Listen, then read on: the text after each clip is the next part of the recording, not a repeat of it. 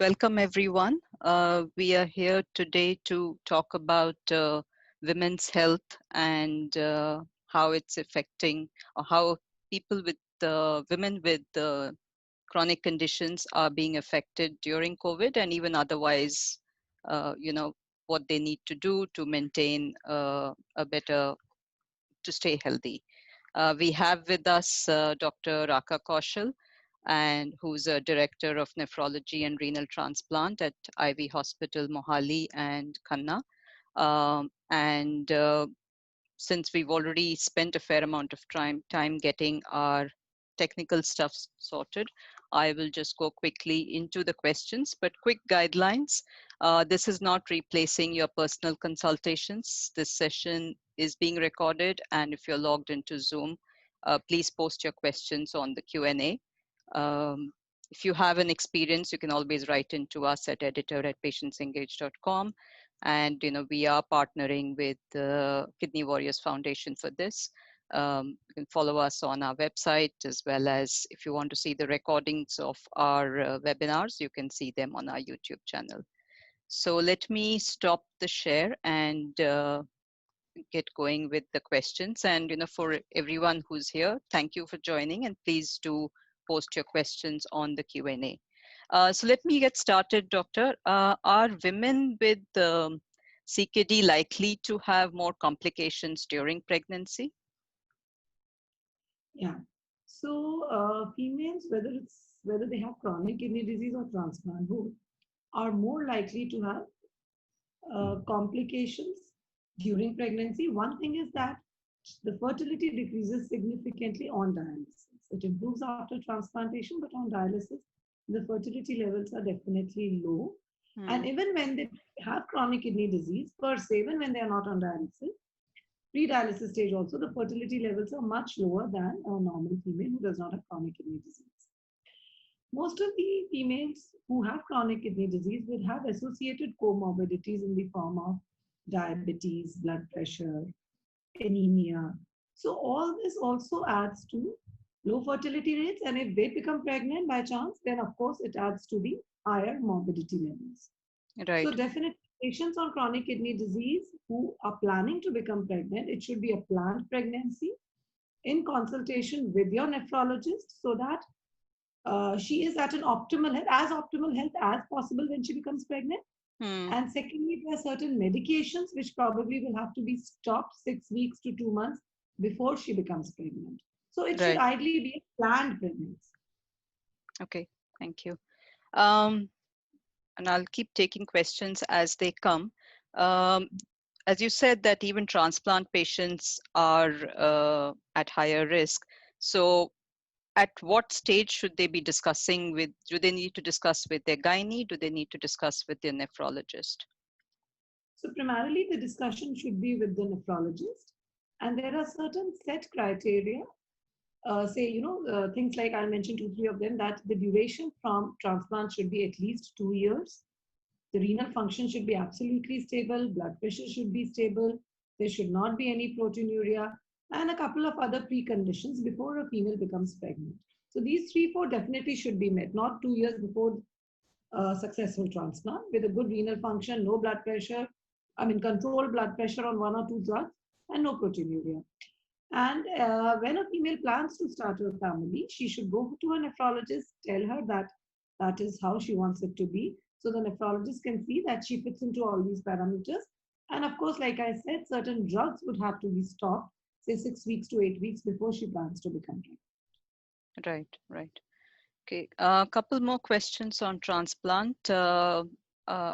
Post-transplant 7 years, nowadays my blood pressure remains low, goes down to 110/70, stopped all the antihypertensive medications, dryness of mouth is there, the urine output in the morning is very less, and at night the urine output increases.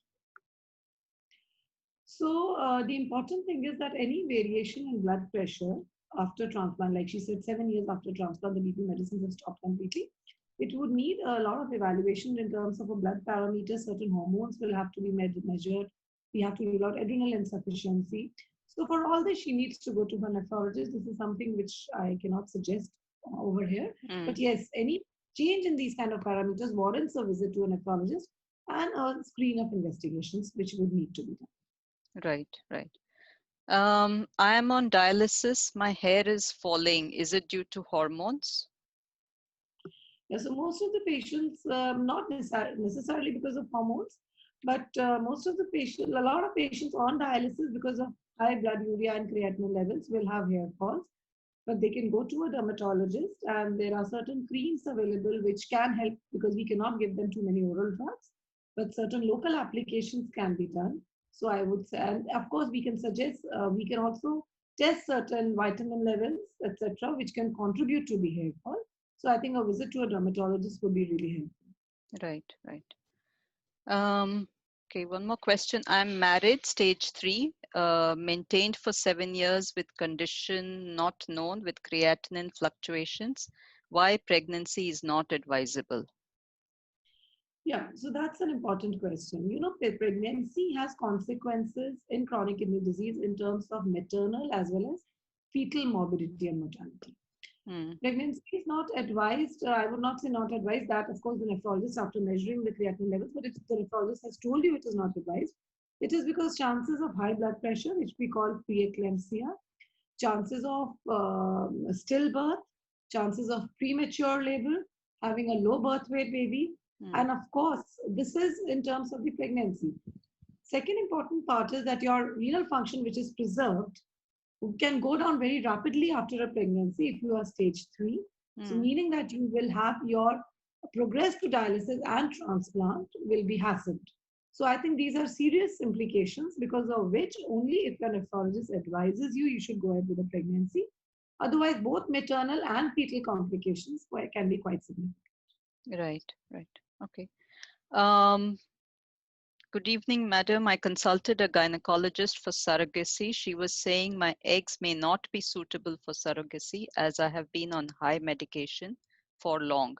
Is it possible for me to use my egg or there will be any complications later? And also, what are the medications or care present if, okay, so that's a follow up or second question, if transplant patients get COVID? So I Okay. think there are two questions here. There are Yeah. two questions. So one thing is that I don't know why the gynecologist has said this, but I do not think the egg are unsuitable if a patient, if a transplant patient wants to go in for surrogacy. If we can advise a normal pregnancy, there is no reason why she should not be able to go in for a surrogacy. Mm, Because whatever medications we give, we will be stopping it for 6 to 8 weeks before we ask you to go ahead with the whatever treatment. So I do not think that surrogacy is contraindicated. You can again discuss it with your nephrologist and the gynecologist. I think surrogacy would be possible. Second question regarding COVID, if a transplant patient becomes COVID positive, if the patient is asymptomatic or has mild symptoms, generally there is no need to taper any immunosuppressants because after all we have to balance between complications of COVID and developing a rejection if we decrease your doses of immunosuppressant.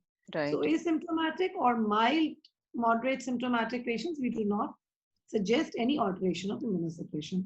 However, if the symptoms are more than moderate, then of course the nephrologist might decide to decrease certain medications. Maybe if you're on MMF, that might be stopped and other medications might be decreased by 50%.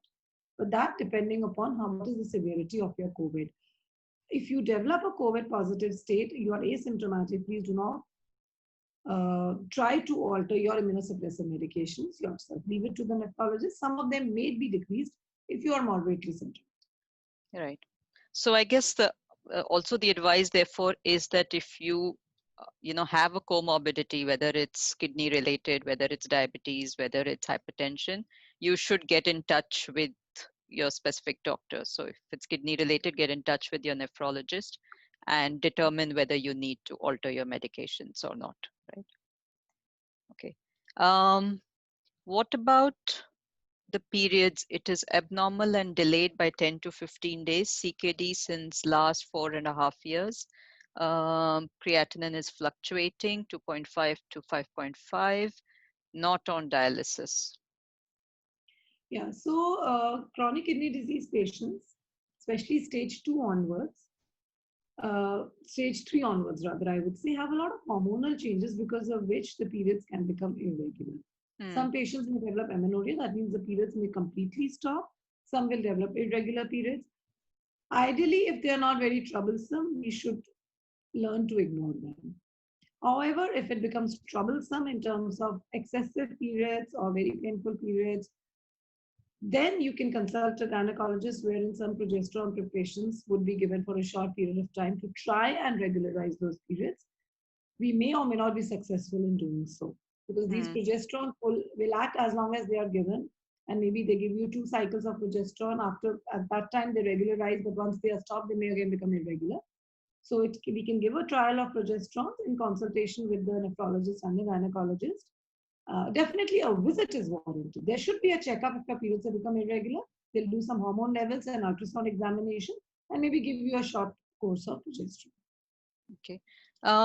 Is unusual bleeding during periods related to kidney disease? In my case, I used to bleed profusely. Even, I guess, progesterone, gynae medicines couldn't help much.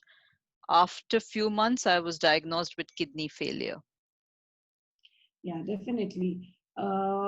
Kidney failure does cause a lot of hormonal changes, like I said, and irregular periods, excessive periods, or sometimes complete absence of periods can be manifestations of chronic kidney disease. Definitely. Mm. Because Um, bleeding tendencies are also increased in kidney disease. Platelet dysfunction is there, bleeding right, tendencies are increased, so that can manifest as excessive bleedings. right, right. Okay. I am 39 years. For the past 1 year, I get periods on time every month, but they are accompanied with nausea and excruciating headaches.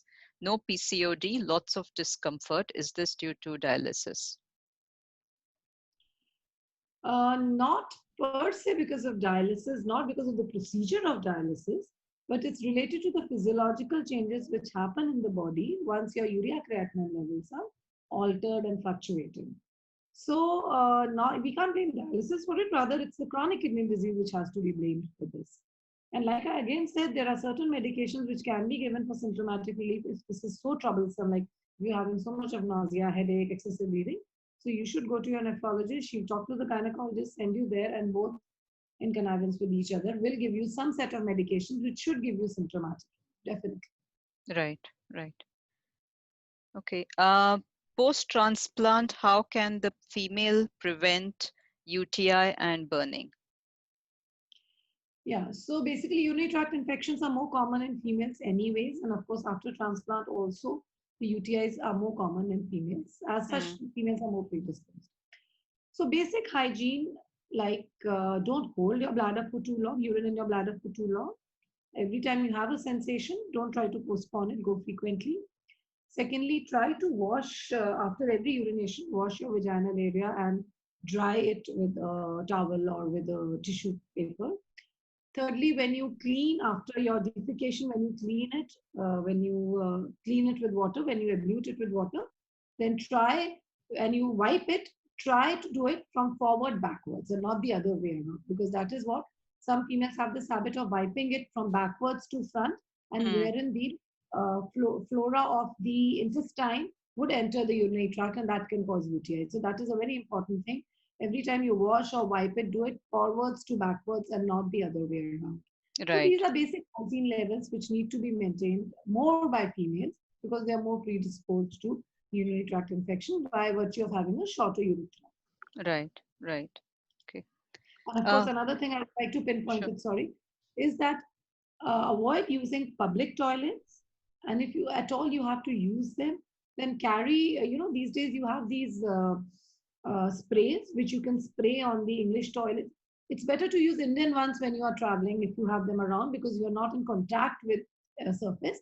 And if at all you have to sit on a Western style, then try to spray something or put a tissue paper before you sit on it because that is where public toilets are a major source of UTIs and females. Right. Okay. Here's a question that she wants answered in Hindi. Yeah. I got transplant before 3 years. Um, I am facing gas problem, fissure problem from last 10 days. तो ये transplant के बाद कुछ medications के कारण कभी कभी I can मतलब मुझे लगता है कि आपको शायद कॉन्स्टिपेशन है. फिशर जनरली कॉन्स्टिपेशन से ही होता है. जब आपके स्टूल्स हार्ड होते हैं तो पास करते वक्त वो वहां पे घाव कर देते हैं, जिसको हम फिशर कहते हैं. और कॉन्स्टिपेशन के कारण ही कब्जी जिसको कहते हैं, उसके कारण ही गैस भी हो सकती है. तो Hmm. सबसे पहले तो आप देख लीजिए कि अगर आपको कब्जी है तो आप इसबगोल या कोई भी ऐसी फाइबर वाली चीजें लीजिए. सैलड्स लीजिए, फाइबर लीजिए, इसबगोल वगैरह लीजिए, जिसके कारण आपको अगर कॉन्स्टिपेशन है, कब्जी है, तो वो आपको ना रहे. गैस के लिए आप अपने नेफ्रोलॉजिस्ट से बात करके कुछ मेडिसिन ले सकते हैं जिससे आपका गैस का ट्रीटमेंट हो जाए. और अगर कॉन्स्टिपेशन ठीक होने के बाद भी फिशर की प्रॉब्लम रहती है और आपको दर्द रहता है, तो आप किसी सर्जन को दिखा लीजिए. वो लोकल ट्यूब एप्लीकेशन या 6 बार कुछ एडवाइस कर देंगे जिससे फिशर ठीक हो जाएगा. पर सबसे पहले आप अपने कॉन्स्टिपेशन को ठीक करें फाइबर लेकर. Right. Okay. They've also asked the same UTI and burning question to be answered in Hindi again. So if you can do that. तो अगर जो फीमेल्स होती हैं उनको ट्रांसप्लांट के बाद यूरिन इन्फेक्शन होने का मेल्स के मुकाबले ज्यादा चांस होता है. इसके लिए हमें अपना बेसिक हाइजीन जो होता है, सफाई, वो मेंटेन करना बहुत जरूरी है. आप एक तो अगर आपको यूरिन आ रहा है तो ज्यादा देर तक उसको होल्ड नहीं करना है. कोशिश करिए कि जितनी जल्दी हो सके हम उसे पास करें. ज्यादा देर वो ब्लैडर में रहेगा तो इन्फेक्शन होने का चांस होता है. सेकेंडली, जब हम स्टूल पास करके अपने आप को वॉश करते हैं या वाइप करते हैं किसी टॉवल से या टिश्यू पेपर से, तो उसको हम आगे से पीछे की तरफ हमें करना चाहिए. अगर हम पीछे से आगे की तरफ करेंगे तो जो हमारे स्टूल्स के बैक्टीरिया है वो Hmm. हमारे यूरिनरी ट्रैक्ट में जाने का चांस होता है. थर्डली, पब्लिक टॉयलेट्स जो है, मॉल में जाते हैं या कहीं घूमने जाते हैं, पहले तो उसको यूज करना अवॉइड करना चाहिए. अगर यूज करना जरूरी है तो अगर इंडियन टॉयलेट अवेलेबल है जिसमें बिना कॉन्टैक्ट के आप बैठ के कर सकते हो तो वो बेटर है. नहीं तो आप कोशिश करिए कि कोई स्प्रे वगैरह एंटीसेप्टिक आजकल आते हैं जो स्प्रे करके तब आप टॉयलेट सीट पे बैठिए या उसके ऊपर कोई टिश्यू पेपर रख के बैठिए, जिससे आपका डायरेक्ट कॉन्टैक्ट सीट के साथ कम से कम हो, जिससे इन्फेक्शन का चांस कम हो. तो बेसिक हाइजीन जो होती है, क्लेनलीनेस की जो चीजें होती हैं, वो अगर हम मेंटेन करेंगे तो यूरिन इन्फेक्शन के chances come. Ji. Thank you. Um, the month I was diagnosed with CKD, that was my last period for that year. I was 28 years old. Doctor diagnosed the problem as early menopause. Period stopped for 2 years. After 1 year post-transplant, it started again. The period stays for just 1 day. Earlier, it used to be 7 days. Why is this happening? This is because chronic kidney disease and transplant both, they have a lot of hormonal changes in females. Like I said earlier, there may be females who will stop their periods completely. Hmm. The majority of them, if menopause has not been attained, will restart their periods when the creatinine normalizes after transplant. But again, even if they restart, it can be very erratic. They may be short periods, they may be longer duration. You may have more pain. You may stop completely. So these are because of hormonal changes. If not troublesome, then they should be left alone because every medicine that we give has interaction with transplant medications. But if Right. you feel they are troublesome, physically they are troublesome, psychologically you have to counsel yourself that it's okay. If it comes for 1 day, it doesn't make a difference. Hmm. Physically, if they are discomforting, then go to your nephrologist. She'll talk to the gynecologist and together they'll give you a set of medications which are as safe as possible to set things right. Right. Okay. My skin was always healthy, but once I got diagnosed with ESRD, slowly my skin turned dark and dull. So, skin turning dark is one of the prominent features of chronic kidney disease. Once you step into stage 3, further, especially patients who are on dialysis, because these uremic toxins, urea, creatinine, and a lot of other compounds cause the skin color to darken. Mm. On dialysis, if somebody is on 3 times a week dialysis, generally the color may not deteriorate more. However, if it still continues to be dark, we do not expect it to improve on dialysis. Only if a patient undergoes a transplant can we see some improvement in color. So what I would generally like to say is that please do not go too much to a dermatologist in terms of the skin color and take too many medications for it, because this is something associated with a chronic kidney disease. Medications may be harmful, they will not help you much. Okay, thank you. Question from someone who's 15 years post-transplant. I feel a lot of fatigue after doing household chores. I need some sleep to come back to normal. Um, is fatigue common in post-transplant patients? I'm 33 years female, married. What are the solutions? So fatigue should not be there if your transplant is working successfully and your creatinine levels are normal. We do not expect you to feel fatigued. So Mm. I think you need to check your hemoglobin levels and a couple of other parameters to rule out if something is wrong or maybe some medication is reacting to cause this kind of fatigue. But this is not normal. In fact, patients who are fatigued on dialysis, their fatigue is completely eliminated once they undergo transplant because their renal functions become normal. So this is a new onset symptom. Then it definitely should be investigated with some blood tests and maybe a couple of other tests to see the reason for fatigue. You need to be investigated. Okay, thank you.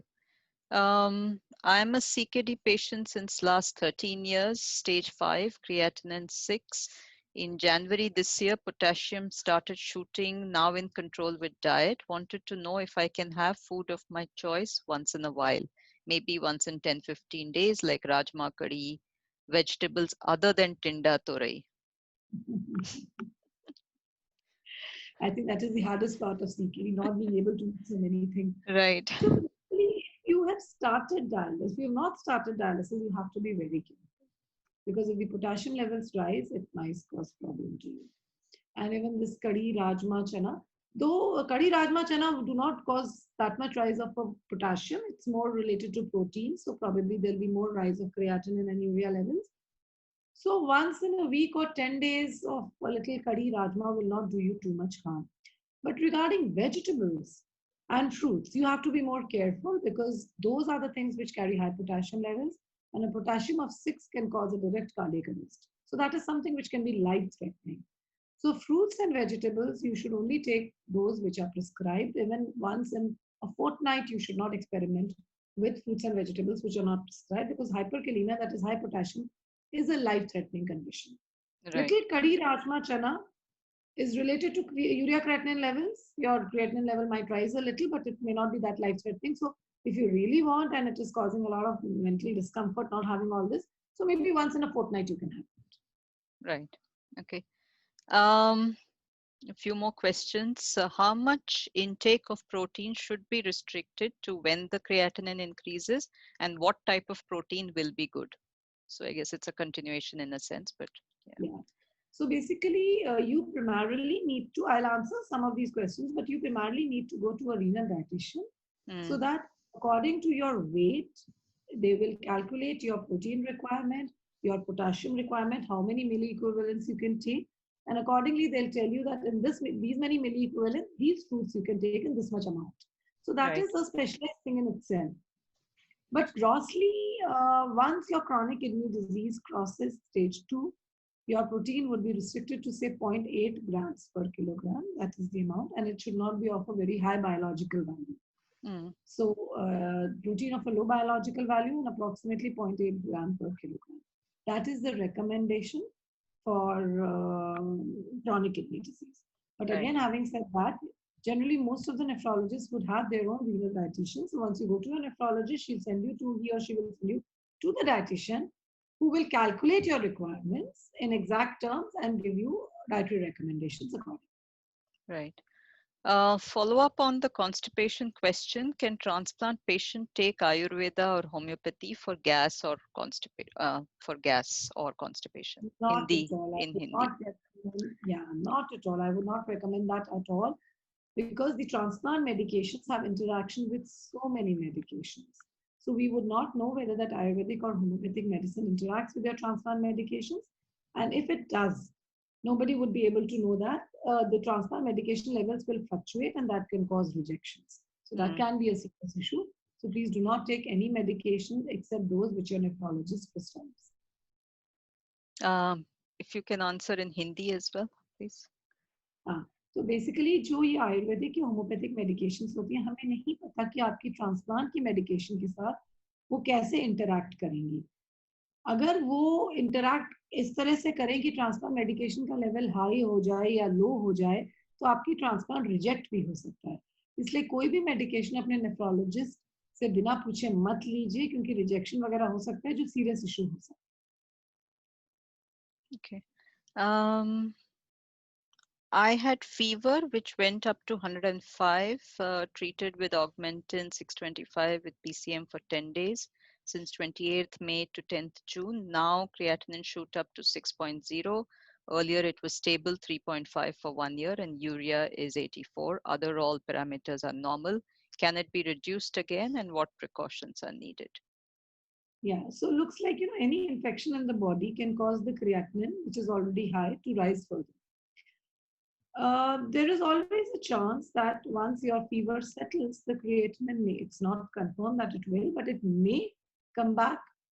It may go down, or it may come back to its original level, which is around 3, or it may come down and settle at maybe 4 at a slightly higher level, because some amount of damage may have, which may have occurred, may be permanent. But whatever recovery, if it has to occur, will occur in the next 6 weeks or so, 6 to 8 weeks. If that creatinine does not recover in 8 weeks' time, then chances of the creatinine recovering or the kidney recovering are less. So definitely, the answer to your question is, if there is a chance that the creatinine might settle, you just have to wait and watch. Right, right. Okay, one other problem: at the time of dialysis, my period stopped, but after transplant, it is again started. But sometime it's heavy bleeding, and after treatment, it completely stopped. What is the reason? Yeah, like I said, it's because of the hormonal levels, imbalance in hormonal levels. So Right. generally, the gynecologists will give you some low levels of progesterone, which will try to reset your hormonal rhythm. If it is successful in resetting your hormonal rhythm, then after 1 or 2 courses of medications, your cycles will start as normal. But whether Right. that can be permanently reset or not is not confirmed. So it can be given a try. Mm, It's basically because of hormonal imbalance, initially because of chronic kidney disease, and subsequently because of the medications. right. One more question: how to manage endometriosis without the medicine, since we're already taking Visolon? So endometriosis cannot be managed without medications. The only other option is to undergo a surgery. Mm, So either you take medicine so that whatever endometrial deposits are there with hormones, they are made to shrink.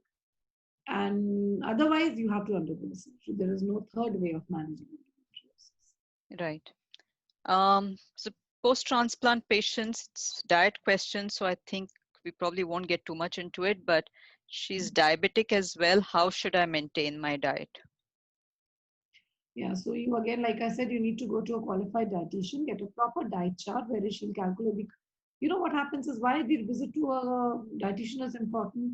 One is a general diet chart which you get. The other is when you sit with the dietitian, you tell her that I'm fond of these things. Can I have a little portion of this? Or maybe you trade one thing for the other. So because everybody has food preferences, you see something and you feel that this is a standard diet chart. You may not like half the things of that diet chart. So Mm, that is why I keep reiterating that go to a dietitian, sit with her and discuss what is allowed, what are your likes and dislikes. So you reach a balance wherein what is allowed and what you like is, some balance is reached there. So I right, think going to a to a proper qualified dietitian, renal dietitian is. right. Okay. What kind of oral contraceptives are safe to use for This is in persons? dialysis or transplant or whatever. Yeah, I guess maybe for So both. oral contraceptives, if you are on dialysis, then of course I think majority can be used. But again, like I said, don't take over the counter. Anything related to chronic kidney disease and transplant, nothing can be taken over the counter. So don't go to a chemist and take any oral contraceptive pill. If you have to take it, go to your nephrologist. She, in coordination with the gynecologist, will tell you which oral contraceptive pills are safe to use. Mm, After transplant, you have to be doubly careful because most of these pills are hormones and can cause rejection of the transplant kidneys. So right. whether they want to put you on oral contraceptive pills, they want to give you an alternative method of contraception, this you have to discuss with your nephrologist. Generally, oral contraceptive pills will be avoided after transplant, and other methods of contraception would be advised. Okay. Okay, this also in Hindi. This one, the The one contraceptive part. contraceptive, yeah. तो basically अगर आपकी kidney खराब है, specially अगर आपका transplant हुआ है, तो अगर किडनी खराब है, आप डायलिसिस पे हैं या अभी डायलिसिस स्टार्ट नहीं हुआ है, तो ओरल कॉन्ट्रासेप्टिव पिल्स आप ले सकते हो, लेकिन ओवर द काउंटर केमिस्ट से जाके या किसी शॉप से मत लीजिए. नेफ्रोलॉजिस्ट और गायनेकोलॉजिस्ट की कोऑर्डिनेशन में ही लीजिए. ट्रांसप्लांट के बाद तो डेफिनेटली कोई भी एक्सपेरिमेंट करना नहीं बनता, बिकॉज रिजेक्शन के चांसेस हैं, हॉर्मोन्स हैं, वो आपकी ट्रांसप्लांट मेडिकेशन के साथ इंटरैक्ट करेंगी। और हो सकता है कि आपकी नेफ्रोलॉजिस्ट आपको ओरल कॉन्ट्रासेप्टिव पिल देना ही ना चाहे और कोई और तरीका बताएं, बच्चा जिससे आपका बच्चा ना हो, और कॉन्ट्रासेप्शन के तरीके आपको बताएं। तो आप जरूर अपने नेफ्रोलॉजिस्ट और गायनेकोलॉजिस्ट से मिलकर ये डिसीजन लीजिए। कुछ ड्रग्स दी जा सकती हैं if you are very insistent, but then they have to weigh the risk benefit ratio. To couple of questions on menopause. Are the symptoms of menopause worse for people with chronic kidney diseases? And second, menopause has its own complications of osteoporosis and cardiovascular complications typically. So how do chronic kidney disease patients get affected?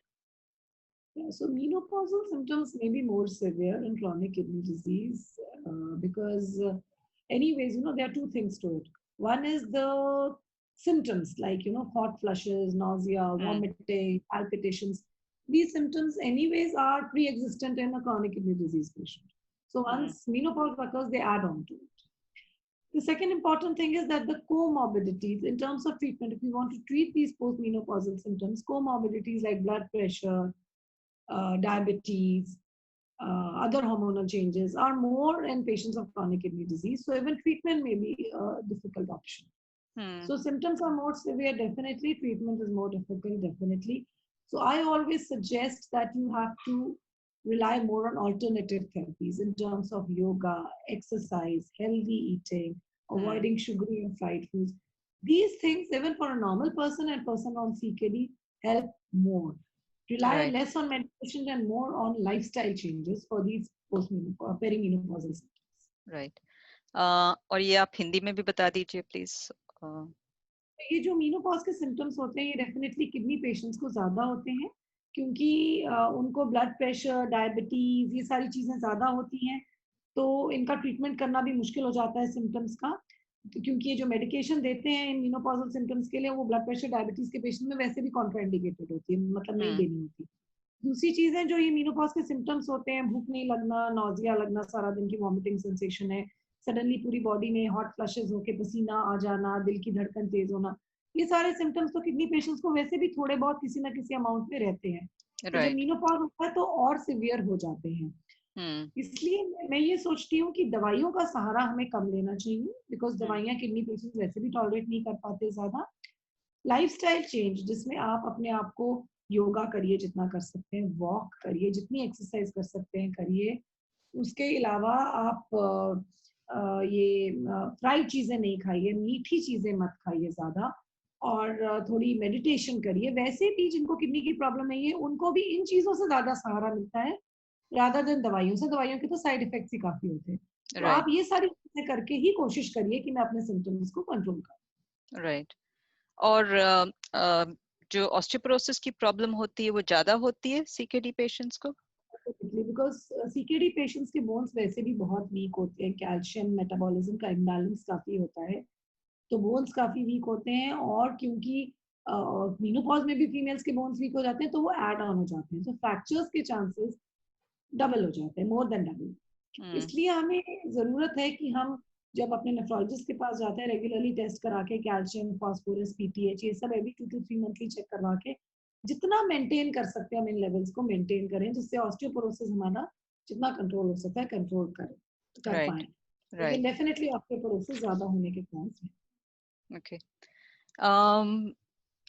Question: Is cycling safe for post-transplant patients? Does it harm the graft kidney? That's a very good question. We Chandigarh, there was this article I'm just saying today in the newspaper. Cycling का इतना craze बढ़ गया after the lockdown कि Decathlon में सारी cycling accessories खत्म हो गई हैं, because people are not able to swim, gym बंद है, swimming pool बंद है, so I think cycling is the new craze. So I remembered after this question. And the roads are empty. Roads are empty actually. So they are saying कि cycling बहुत बढ़ रहे हैं, suddenly decathlon में पूरा खत्म हो गया सामान. Right. So now the question is cycling. Cycling is an excellent form of exercise. Aerobic exercise को आप अगर अर्ली मॉर्निंग जाते हो तो फ्रेश एयर आती है, आप किसी के ज्यादा कांटेक्ट में नहीं आते साइकिलिंग करते वक्त, so you know that infection related health issues. The only thing is that injury से आपको बचना है. So cycle carefully in your own lane and in a speed which you can handle so that आप गिरो ना, it should not hurt your transplant kidney. Mm, Otherwise कोई contraindication नहीं है. It's a very good form of aerobic exercise for transplant patients. okay. Post-transplant, 7 years, there is a cyst on breast. Gynae says it's benign, not to worry. Would you please advise? So ideally, any cyst on the breast you should at least have an FNAC done, which is a small needle डाल के जो जांच करते हैं FNAC. I think every lesion after a transplant, FNAC should be done so that we are 100% sure it is benign. I'm sure if she's saying it, likelihood by external physical examination would be that it is benign. But if after transplant, because chances of malignancy are more, an FNAC should be done. Right. Okay. Can transplant patient do yoga and exercise? I think you've said that Yes, it's good to do, but we want to yeah, definitely. reiterate. Yeah, jitna whatever you can do, it should be done, and there is no harm. Right. Okay. So I think we have answered all our questions as far as I can see, and one more coming in. I experienced some spotting in between periods post-transplant. Yeah, again, like I said, it's because of an hormonal imbalance. One visit to the gynecologist is warranted, whereas she will check your hormone levels and see if anything can be done about it. If she says everything is fine on ultrasound and hormonal test, then nothing to worry. You just need to ignore it. But a visit to gynecologist is a must. Right. Okay. So I think, and people who've not filled up the poll, please do. I think about half of you have done that. So I'd like to just thank Dr. Raka. You've actually explained a lot of questions, which I think, and I think it's a good idea that we did a separate one for women, because these questions don't get asked in a common platform. Yeah. So I think it is, and you've answered very well and explained in both English and Hindi. So I'm sure a lot of people will benefit, and we will upload this both on our both Facebook pages of Kidney Warriors and us, as well as on YouTube, so that people who missed attending would still be able to benefit. And on behalf of, okay, I think one more, but I think we've answered most questions, but okay, if you can just take this, can a transplant patient attend his duties in COVID-19 times? And that's an important question. A lot of patients are calling and asking me. Right. So the answer to this is that definitely transplant patients are more prone to developing COVID. So you have to make sure that you are not attending duties which involve a lot of public dealing. Mm. If you have a cubicle in the office wherein you just have to do your work, it's different. But you are posted in a place which has a lot of public dealing, you have to interact with a lot of people, then that should be all right. At Right. the peak of the epidemic like these days. Right. Right. So yes, on behalf of Kidney Warriors Foundation and Patients Engage, I'd like to thank Biocon as well as you, Dr.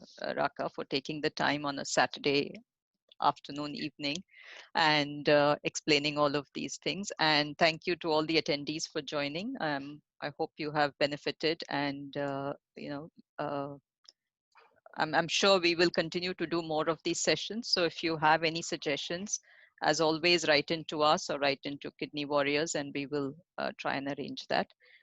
So yes, thank you. Thank you so much, Dr. Raka. Yeah.